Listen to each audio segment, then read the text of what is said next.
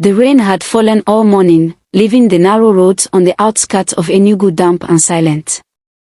Mist hung over the hills like a veil, and the scent of wet earth drifted through the open windows of the old pusho as it crawled toward a quiet village hidden beyond the city. 16-year-old Amara sat in the passenger seat, her fingers locked together so tightly that her knuckles had turned pale.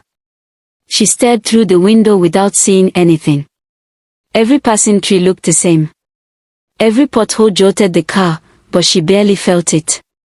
Beside her, her mother drove without saying a word. Evelyn's face was as hard as polished stone. Her lips were pressed together, and her eyes never left the road. To anyone watching, she looked like a woman in complete control. Only the trembling of her left hand betrayed the storm inside her. Neither of them had spoken since leaving home. There was nothing left to say. 3 weeks earlier, Amara had discovered she was pregnant. The news had spread through their family like wildfire, carried by whispers and shocked expressions. Every phone call seemed to end with someone saying they would pray about it, while secretly discussing the shame that had settled over the family. For Evelyn, reputation was everything. She had spent years building respect within her business circle, raising her daughter to be disciplined, intelligent, and graceful. Now, all she could think about was the laughter that would follow whenever people mentioned their family name. She refused to let that happen. That morning, instead of driving to a hospital, she drove to a prophet whose name people spoke only in hushed voices. They said he possessed a gift that could see beyond medicine. Amara did not know whether to believe such stories. But she followed her mother anyway. The old building stood beneath an ancient Iroko tree. It was small, weathered by decades of rain and sun, yet strangely peaceful. Birds sang softly from nearby branches, and a cool breeze swept across the compound as though the world itself had paused. Inside, the room smelled faintly of old wood and burning incense. An elderly man sat quietly on a wooden chair. His hair was completely white. His face carried the wrinkles of many years, but his pale eyes were sharp, so sharp that Amara felt exposed the moment he looked at her. He did not ask their names.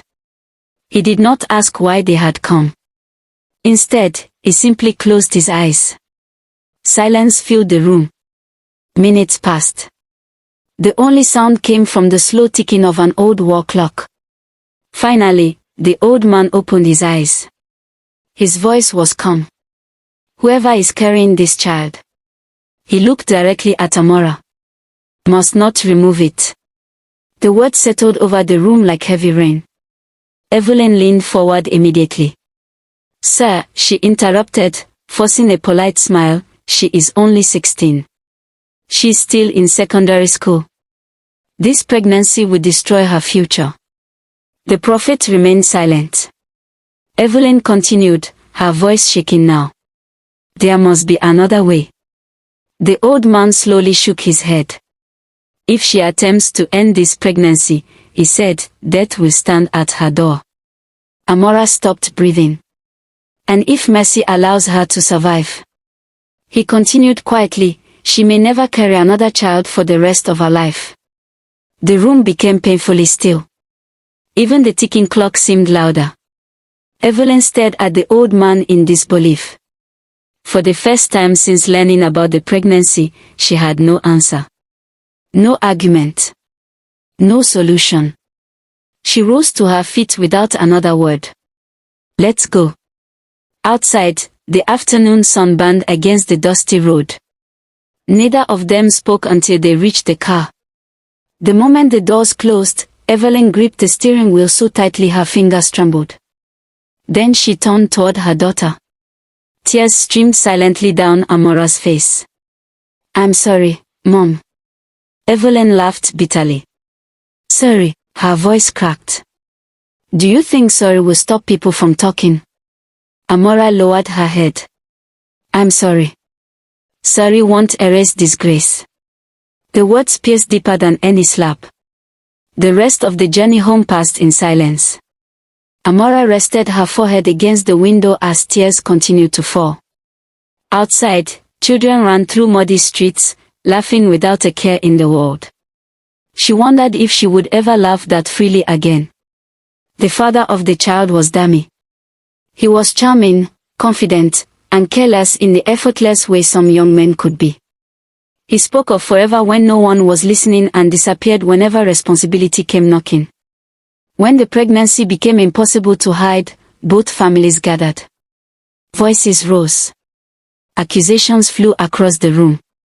In the end, everyone agreed on one solution: marriage. Not because they believed the teenagers were ready, but because it seemed easier than living with the embarrassment. Preparations quietly began. Yet life has a way of rewriting plans before anyone can finish making them. Months later, Amara went into labor. She prayed through every wave of pain. She whispered promises she never had the chance to keep. But before sunrise, the tiny child breathed its last. The cries that filled the hospital room were no longer those of a newborn. They belonged to a mother who had become one, only to lose everything within hours. The wedding was cancelled. Dami left for another city with his parents soon afterward. The families stopped speaking. The whispers eventually faded. But one thing remained: the prophet's warning. It settled deep inside Amara's heart like a buried seed. Never attempt to end a pregnancy. Some warnings are not forgotten because they are frightening. They are remembered because life never gives you the chance to test whether they were true. 16 years passed. Time had softened some memories, but it had never erased them. At 32, Amara had become the kind of woman people noticed the moment she entered a room. She carried herself with quiet confidence, her posture straight, her words measured, and her smile reserved for those who truly earned it. Her beauty wasn't loud or attention-seeking. It lived in her calm eyes, her graceful movements, and the confidence she wore like a well-tailored suit.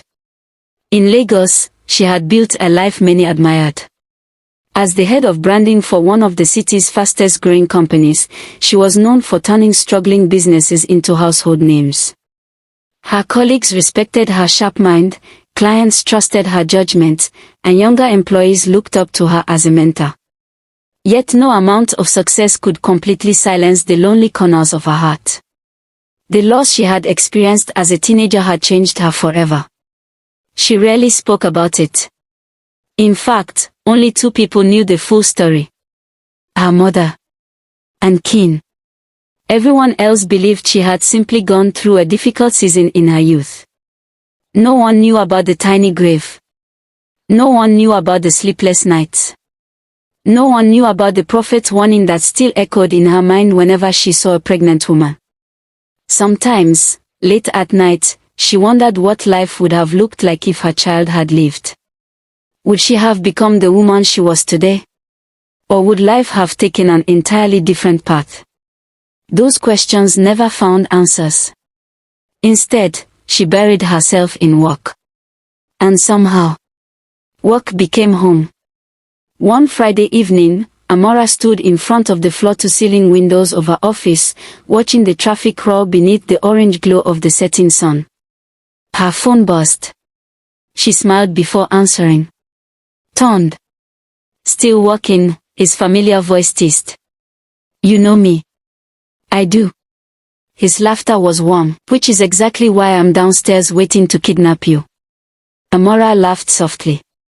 You've become very dramatic. I learned from the best. 20 minutes later, she walked out of the building to find him leaning casually against his black SUV, holding a bouquet of fresh white lilies. You remembered, she said. I remember everything. He handed her the flowers before opening the passenger door for her. It was one of the many reasons people admired Tund. He never stopped trying. Even after 2 years together, he still behaved as though every date was their first. He listened. He encouraged her dreams. He respected her career. He spoke to her with kindness even during disagreements. To everyone around them, they looked perfect together. 3 months later, Tund proposed. It happened on a quiet rooftop overlooking the Lagos skyline. No orchestra. No crowd. No elaborate performance. Just city lights stretching endlessly into the night and two people standing beneath a sky full of stars. He took a slow breath before dropping to one knee. Amara. She looked at him, surprised. You've taught me that love isn't loud. His voice trembled slightly. It's choosing someone every day, even when life becomes difficult. He opened the small velvet box. Inside rested a simple diamond ring that sparkled beneath the rooftop lights. I don't promise a perfect life. He smiled. But I promise you'll never face it alone. Her eyes filled with tears. For a brief moment, memories of another promise. Another life. Another painful chapter passed quietly through her mind. Then she nodded. Yes. The word escaped in barely a whisper. Tom slipped the ring onto her finger before wrapping her in a tight embrace. Below them, the city continued moving, unaware that two lives had just changed forever. When Evelyn heard the news, she congratulated her daughter with a smile. But Amara knew that smile. It was the one her mother wore whenever she was already planning something. Within days, Evelyn had taken complete control of the wedding preparations. The venue isn't elegant enough. The invitation cards need better paper. You'll wear ivory, not white. And Amara. She looked her daughter up and down. You've gained weight. Amara sighed. Mom. You need to lose at least 4 kilos before your final fitting. I'm healthy. I'm talking about photographs. Amara closed her eyes briefly. Some things never changed. Even now. Even after all these years. Her mother still believed perfection was more important than peace. Most days, Amara simply chose silence. Not because she agreed. But because arguing with Evelyn was like trying to stop the ocean with bare hands. A week later, Evelyn called unexpectedly. I've arranged dinner. Dinner? Yes. With who? Your fiancé, of course. Amara smiled. That's actually a good idea. Evelyn paused just long enough for it to sound natural. Oh, and someone else will be joining us. Who? You see. The restaurant overlooked the Lagos Lagoon. Soft music floated through the room while candlelight reflected gently against crystal glasses. Ton arrived first. He greeted Evelyn politely before taking his seat beside Amara. Everything seemed normal. Until another man walked through the entrance. He was tall, dressed simply, with calm eyes that carried an unmistakable warmth. The moment Amara looked up, she froze. Keen. He smiled. It's been a long time. She stood almost without thinking. The hug happened naturally. Comfortably. Like no time had passed at all. Ton watched quietly. Not angry. Not yet. Just observant. Throughout dinner, laughter came more easily than Amara expected. She and Keen reminisced about childhood adventures, school competitions, neighborhood football matches, and the countless afternoons they had spent talking beneath the old mango tree near her family home. For the first time in years, Amara laughed until tears formed in her eyes. Ton smiled politely whenever someone looked his way. But inside, something shifted. A quiet discomfort settled into his heart. Not because Keen had done anything wrong, but because he had just witnessed a version of Amara he had never seen before. A version that seemed lighter, freer, happier. As the evening drew to a close, everyone walked toward the parking lot. Ton stepped ahead to retrieve the car. For the first time that night, Keen and Amara stood alone. He looked at her carefully. You've changed. She laughed softly. I hope that's a compliment. It is. He smiled.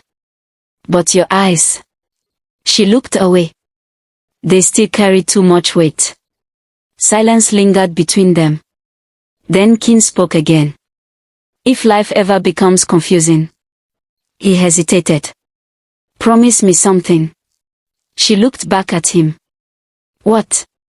Before making any decision you regret. He smiled gently. Come and talk to me first. Amara chuckled. You always think you're wiser than everyone. No. He laughed. I just know you. At that moment, Ton's SUV pulled to the curb. As Amara climbed into the passenger seat, she waved goodbye. Kin watched until the vehicle disappeared into the Lagos traffic. Something told him. Their paths had crossed again for a reason. He simply didn't know that reason would change all of their lives forever. The days that followed the dinner passed quietly. At least, that was how they appeared from the outside. Inside Ton's heart, however, something had changed. It wasn't that he distrusted Amara. He trusted her. But there was something about Kin that unsettled him. It wasn't the way Kin spoke. It wasn't the way he dressed. It wasn't even the friendship itself. It was the ease between them. The laughter. The unspoken understanding. The way Amara smiled around Kin without effort. It was a smile Ton had never seen before. One Saturday morning, while they were having breakfast together, Ton stirred his coffee absent-mindedly.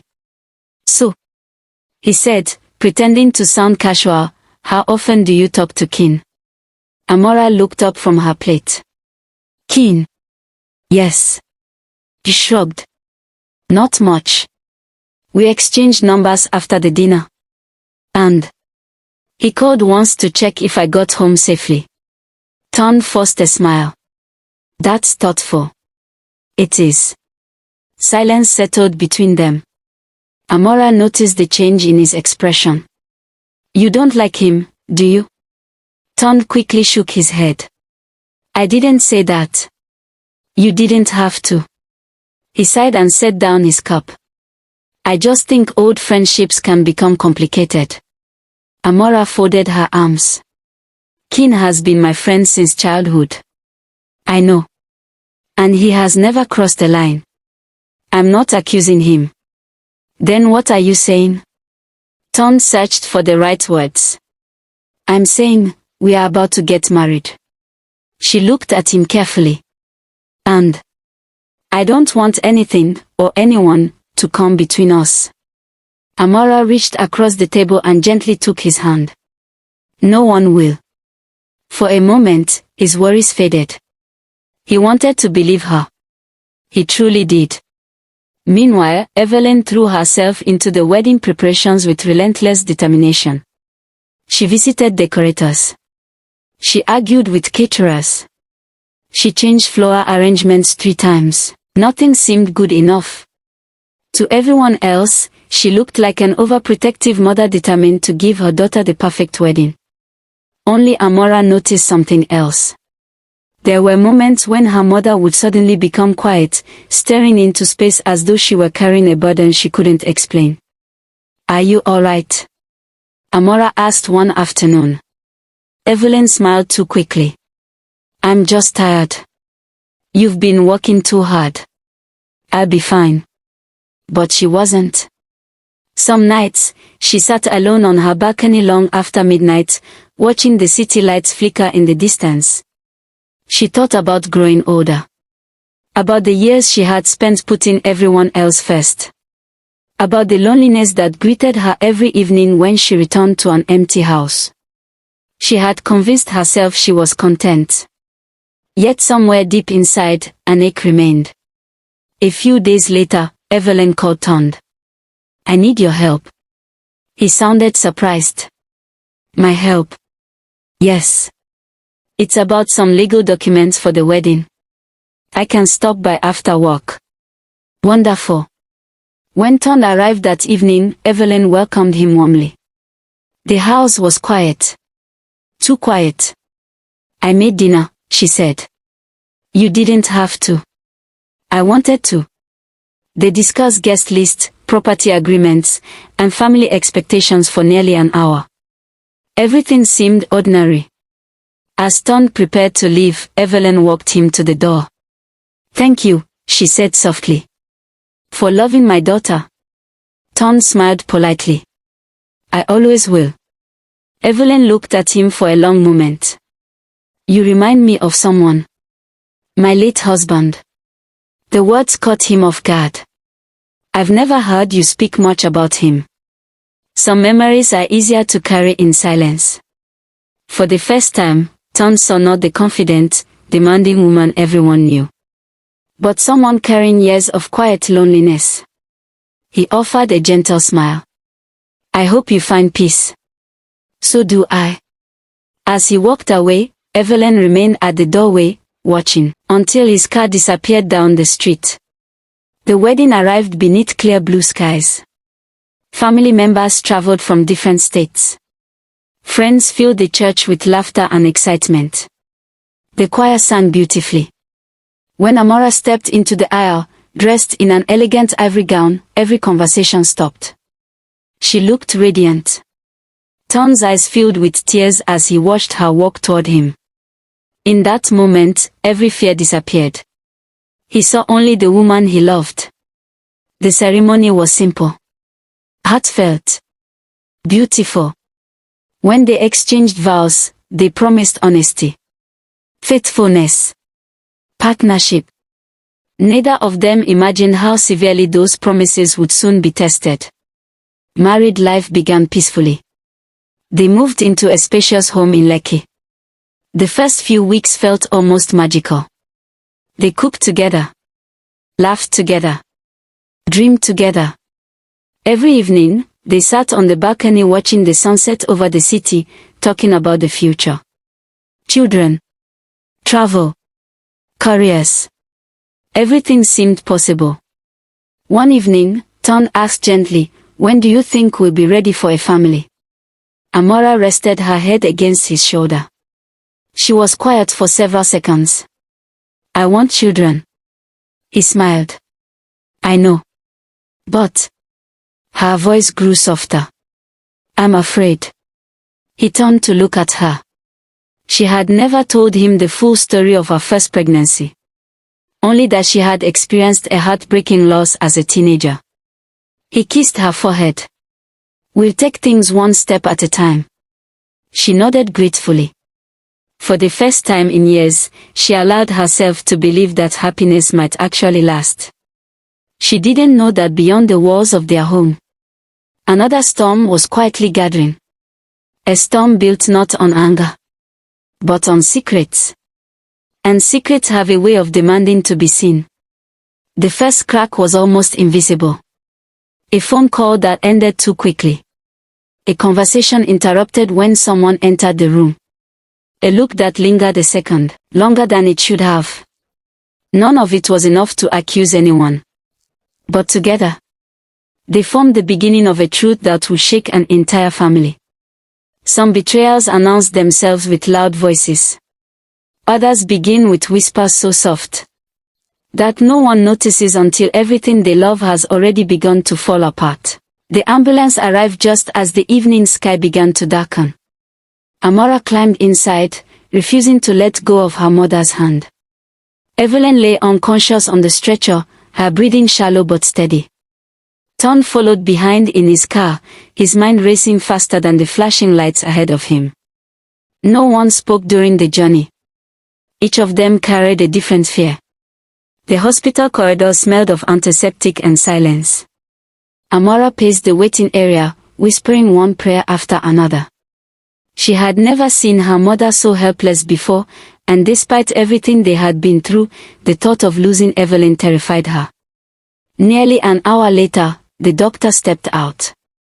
Mrs. Evelyn is stable, he said gently. Amara let out a shaky breath. Thank God. There is something else we discovered during our examination. The doctor's expression grew more serious. Your mother is approximately 12 weeks pregnant. The words echoed through the hallway. Amara stared at him in disbelief. Pregnant? Yes. Her legs weakened. For a moment, the world around her disappeared. She slowly turned toward Ton. His face had gone pale.